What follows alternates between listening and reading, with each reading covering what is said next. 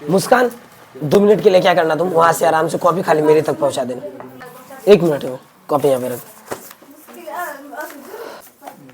तो डियर अभी जो मैं क्वेश्चन बनाऊंगा वो क्वेश्चन मेरा रहेगा, एपी का रहेगा और 5.2 का रहेगा। एग्जाम का टाइम काफ़ी कम बच चुका है, ऑटोमेटिक डर होने लगता है, पर डर नहीं होना चाहिए। इसके लिए मैंने हर एक छोटे छोटे क्वेश्चन पे प्रैक्टिस, मतलब सिस्टर लोग को प्रैक्टिस क्वेश्चन मैथ के बुक के साथ प्रैक्टिस कराता हूँ, ताकि वो खुद से क्वेश्चन को लिख सके, बना सके, खुद से सोच सके। जब तक खुद से सोचेगी नहीं, खुद से क्वेश्चन लिखेगी नहीं, खुद से क्वेश्चन देखेगी नहीं, खुद से फॉर्मूला पे सेट करेगी नहीं, तब तक वो अपने एग्जाम के लिए सही से प्रिपेयर्ड नहीं हो पाएगी। तो सही से प्रिपेयर्ड होने के लिए बहुत इंपॉर्टेंट होता है कि स्टूडेंट अपने से क्वेश्चन मैथ में से ले और फिर उसको ट्राई करे, फिर फार्मूला पे सेट करे। जब फिर फार्मूला पे सेट करेगा तो ऑटोमेटिक उसको क्लियर हो जाएगा कि कहाँ पे मेरा कैलकुलेशन कितना मेरा हार्ड है, कैलकुलेशन मेरा कितना बैड है और कितना गुड है, ये जान पाएगा। इसके अकॉर्डिंग, इसके बेस पे ऑटोमेटिक एग्जाम अच्छा हो पाएगा, रिजल्ट भी अच्छा पाएगा। एपी का 11, 8, 5, 2 डॉट डॉट का एक पद ज्ञात करें। इसमें -x 150 है, क्यों है? तो इसमें क्या एपी का इस क्वेश्चन पे क्या है, इस क्वेश्चन में क्या करना था जानते हैं बिग सिस्टर? इस तरह के क्वेश्चन कभी भी आएगा ना तो एक से ध्यान ज्यादा रखिएगा। ये जब क्वेश्चन आएगा तो सबसे फर्स्ट जो है, कभी भी एपी में जैसे ही लिखेगा कि एपी 8, 5, 2 और डॉट डॉट करके और लिख दिया क्या 20वां पद, अगर ऐसे लिख दिया कि 20वां पद, तो ऑटोमेटिक आप समझ जाएंगे कि n का मान हो गया वहां वाला मान हो गया। और स्टार्टिंग में जैसे 4, 8, 12, 14, इस तरह से, तो उसमें से जो स्टार्टिंग हुआ डिजिट है वो हो गया a का मान। तो इसमें a का मान कौन है, हो गया 11, और d का मान पता करना है तो कुछ नहीं करना है, a2 - a1 कर देना। तो a2 में कौन है, 8 है, और a1 कितना है, 11 है। तो 8 में से 11 को घटाइएगा तो -3 आ जाएगा।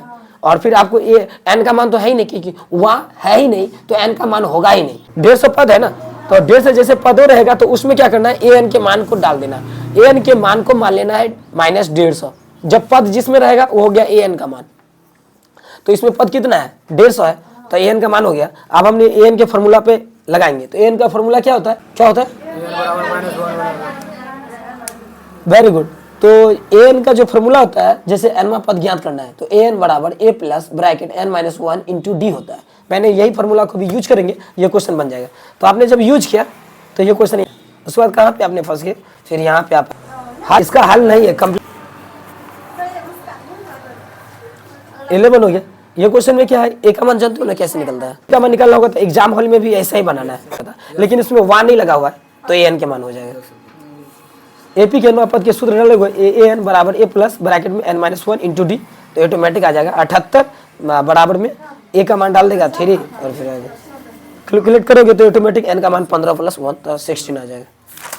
इस तरह से कंप्लीट हो गया। अब इसमें भी वही करना है जो 5.1 5.2 का 5 का 1 का क्वेश्चन ये रहा, जिसमें 7, 13, 19 है, डॉट डॉट दूसरा 5 है। इस क्वेश्चन को बनाने के लिए कुछ नहीं करना है, 7 जो है ना उसको एक ही मान मानेंगे, और डी के लिए 7 में से 13 में से 7 को घटा देंगे, और 13 में से 7 को जैसे घटाएंगे तो ऑटोमेटिक डी का मान आ जाएगा। घटाओ ना, हो गया 34 आ गया।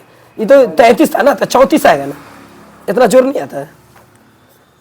एग्जाम हॉल में पूरा हर एक वर्ड पर ध्यान रखो, कॉपी पेस्ट करने से कुछ नहीं होगा।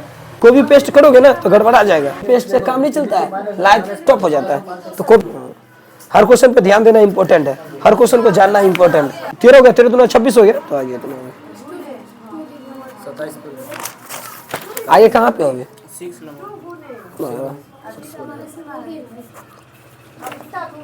जल्दी 5.3 की तरफ जल्दी आना जरूरी है। क्या चाहिए, किसका कॉपी है, सिस्टर का? एक का मन हो गया तो हो गया।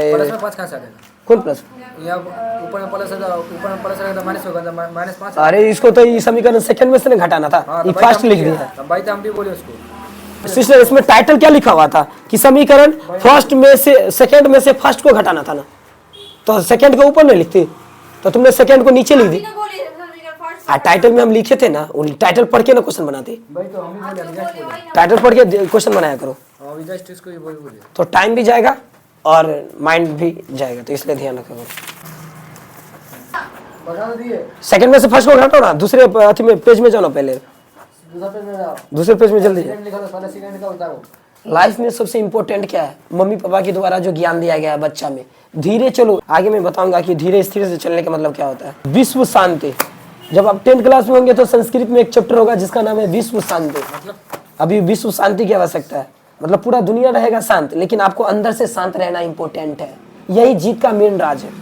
बात को समझ रहे हो कि नहीं? अगर क्या है कि जैसे तुम थोड़ा सा हड़बड़ाया तो पुलिस ऑटोमेटिक धर लेगा, फिर चेकिंग में टाइम को किल कर देगा। तो बहुत इंपॉर्टेंट क्या है कि शांत रहना। पहला जीत का रास्ता है शांत। जितना शांत रहेगा उतना ज्यादा अच्छा से लिख पाएगा एग्जाम में भी, अच्छा से और समझ पाएगा क्वेश्चन को भी। कॉलम भी ध्यान से चलेगा। शांत नहीं रहा, कॉलम चलेगा उल्टा पुल्टा, लिखने रहेगा 4 लिखेगा 5, लिखेगा 10 लिखने रहेगा 11, तो गड़बड़ा जाएगा। माइंड को एकदम पूरी लॉपी सपी में रखना बहुत इंपॉर्टेंट है। तो मैंने बच्चों को हमेशा समझाता हूँ लॉपी सपी में रहना बहुत इंपॉर्टेंट है, और ये बहुत बिग सीख है।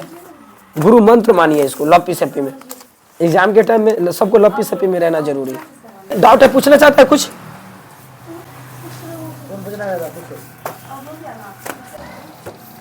चेक कराना। जीवन में हर एक, आज स्टूडेंट है तो स्टूडेंट के लेवल जैसा दुख आता है। जीवन में दुख और सुख को आना मन का खेल होता है। मन जैसा जैसा होता है, मन वैसा वैसा दुख और सुख को एहसास दिलाता है। आपका मन अगर ज्ञानी है तो कम दुख का एहसास होगा। आपका मन संस्कारी है तो कम दुख का महसूस होगा। आपका मन मूर्ख है, पेटू है, ज्यादा दुख महसूस कराएगा। आज अगर ये स्टूडेंट लोग भी क्या कर रहा है, दुख काट रहा है, मन होगा हमेशा समझाता होगा कि दुख काट रहा हूँ। अभी कितना क्रिकेट खेलते हैं, गुल्ली डंडा खेलते हैं, इधर उधर घूमते, ऐसे समझा रहा होगा मन। जब इस मन को स्थिर करके सिर्फ पढ़ लेगा ना, तो जीवन में सुखी ही सुखी। जीवन में सुख हो या दुख हो, जल्दीबाजी में जज नहीं करना चाहिए, नहीं तो गलत एक्शन गलत रिजल्ट आ जाएगा। जीवन में सुख हो या दुख हो, पूरा धैर्य से टेस्टेड फील करना चाहिए, बहुत जरूरी रहता है। वो इसमें से कुछ पूछना चाहते